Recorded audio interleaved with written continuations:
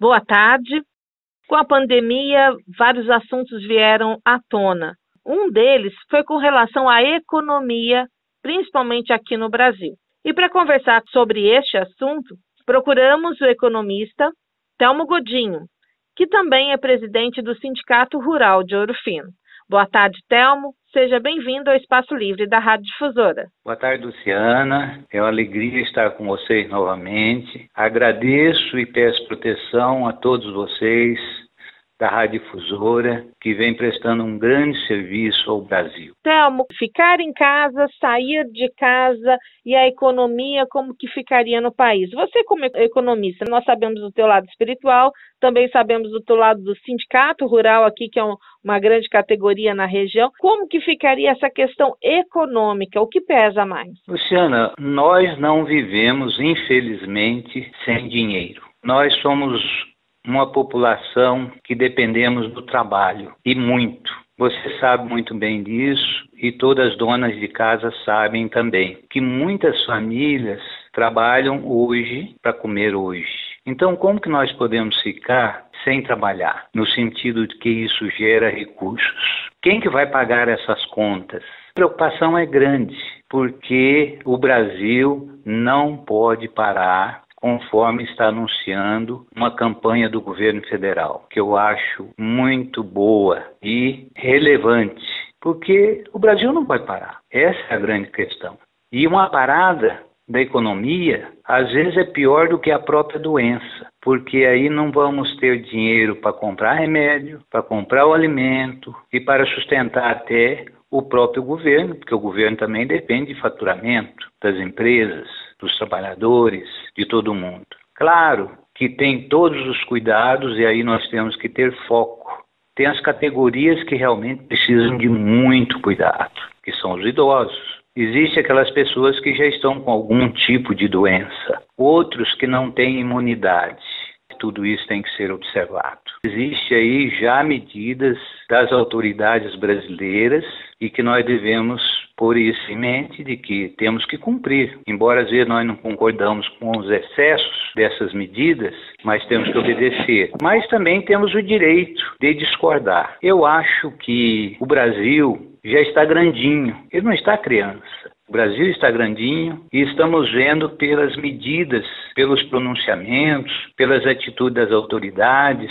E hoje o mundo tem uma experiência nessa área. E a gente vê coisas boas nesse Brasil. E uma das coisas que anima a gente também são as falas de grandes profissionais na área de saúde, com experiência do Brasil e até do exterior, apontando um rumo de caminhar. A gente viu também a reação das bolsas de valores.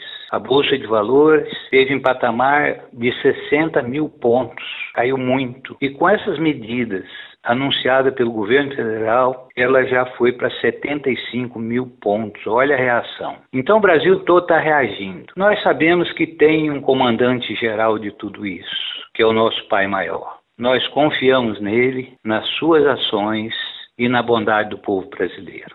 Ô, Telmo, agora acabou de citar a Bolsa. A Bolsa também trabalha muito na especulação de crise, para a questão de voltar ao mercado. A Bolsa é um órgão muito sensível. Você sabe que eles trabalham com indicadores, com tendências, com uma série de coisas. Nós sabemos que existem muitas pessoas que especulam, pode até influenciar um pouco a Bolsa.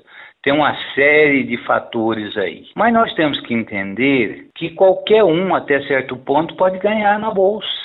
Claro que depende de conhecimento, de sabedoria, de recursos. Mas veja bem, numa crise como essa, você pega uma ação que caiu muito. E aí você comprou. Fala, não, caiu, vou comprar. Você compra ação. Hoje você compra ação dentro de sua casa, através do celular. Então veja bem, você comprou a ação, amanhã reagiu. Como quem comprou a ação a 60 mil pontos, comprou a ação e ela foi para 75 mil pontos, já ganhou fortuna dependendo do volume que ele aplicou. A Bolsa de Valores, ela é muito sensível, além das influências, conforme você disse. de alguém que especula uma série de coisas. Mas hoje, Luciana, o volume é tão grande na Bolsa de Valores, para você ter uma ideia. Brasileiros aplicam, pessoas do exterior aplicam, então tudo isso acaba dando uma certa estabilidade na própria Bolsa. O próprio governo aplica na Bolsa. Então é um indicador importante para nós. Depois que você começa a aplicar na Bolsa, você não quer aplicar mais na poupança. Infelizmente, eu falo isso para você, que eu tenho essa experiência como ex-gerente de banco, trabalhei em diretoria de bancos nacionais, internacionais, e eu mesmo aplicava bem na poupança, o Brasil todo aplicou na poupança, mas depois que você começa a aplicar na Bolsa, você começa a enxergar um outro horizonte. Você vê, você faz uma aplicação na poupança, hoje está rendendo menos do que 0,5% ao mês. Você aplica na Bolsa, dependendo do que você aplicar, em um dia você ganha o que você ganharia no ano na poupança. É claro que para tudo isso precisa conhecimento, entendimento, ter recursos disponíveis, não necessitar daqueles recursos, tem uma série de coisas aí. Mas é uma alternativa muito interessante e muito boa. E o Brasil hoje está crescendo muito na aplicação na Bolsa. Pessoas hoje simples estão aplicando a Bolsa. Então é o caminho. Não tem dúvida que é o caminho. Agora, se você aplicar numa empresa também que não tem estrutura financeira, econômica e tal, você vai quebrar junto. Tem tudo isso. O risco é maior, né? O risco é maior. Mas existe hoje também, Luciano, empresas especializadas nessa área, inclusive controladas pelo governo, em que aplica partes em renda fixa, em commodities, em ações, faz aí um mesclado de aplicação com rendimento aí em torno de 2%, tem mês que chega a 5%, 6%, 10%, outro mês cai, vai lá embaixo, mas na média dá uma rentabilidade razoável. Claro que tem que entender isso, tem que estudar, tem uma série de coisas. Mas são alternativas que nós temos hoje também. Godinho, com relação agora ao setor rural, você como presidente aqui em Ouro Fino, do Sindicato Rural, é uma categoria que deve também ter sofrido um pouco com esses 15 dias aí de reclusão e ainda a pandemia que está só começando no país. Ô Luciana, eu acabei de ver um vídeo, inclusive, de um produtor rural de Goiás, onde ele depende da venda de goiaba, para você ter uma ideia. E ele alega o seguinte, que o governo de Goiás, que é o Caiado, ele tomou algumas medidas, está rompendo com o governo federal e, nas medidas do Caiado, até certo ponto, está prejudicando os produtores. E, no caso específico, esse cidadão, ele praticamente perdeu a colheita da goiaba por falta de gente em função das medidas. O setor rural, nós dependemos de tempo, de mão de obra, de uma série de coisas. E isso tem que ser muito bem sincronizado, porque senão você realmente perde uma colheita. E isso para o produtor é um prejuízo muito grande.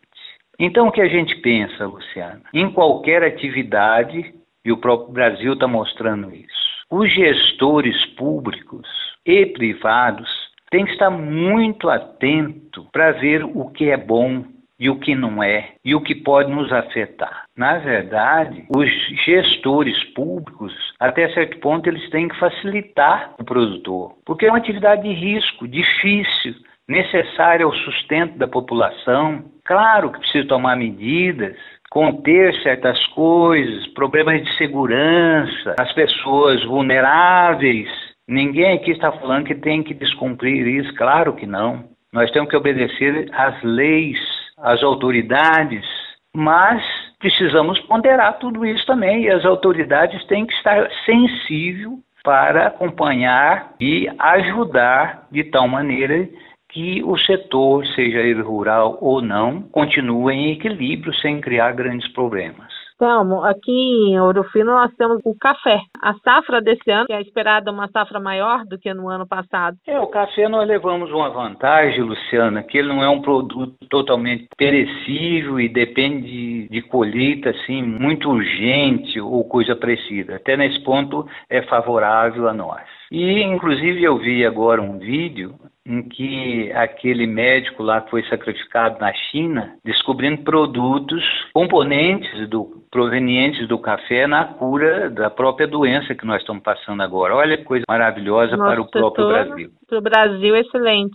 Para o Brasil é excelente. E um produto nosso. Quer dizer, então vale a pena até começar a tomar mais cafezinho. Então, eu acho que tudo isso ajuda a nossa economia. Mas você acredita que agora que o Brasil tem condições de voltar a levantar novamente o país, mesmo com essa carência que nós temos hospitalar, de recursos hospitalares, de aparelhos necessários no combate da doença? Eu acredito, viu, Luciana? Eu acredito muito no Brasil. E eu sinto realmente, sou sincero para você, eu sinto na alma essa pujança do nosso Brasil, essa pujança do povo brasileiro, essa assistência espiritual que nós temos no Brasil. Isso aí, forçosamente, tem que nos levar para uma reflexão, que a gente sempre tem debatido sobre isso. Os governantes precisam estar muito preocupados com o lado humano, com a saúde, com a infraestrutura. Você já imaginou a gente numa situação dessa, onde nós não temos número suficiente de leitos, de equipamentos? Tem gente que não tem casa, tem gente que não tem água tratada. Nós temos muitos problemas.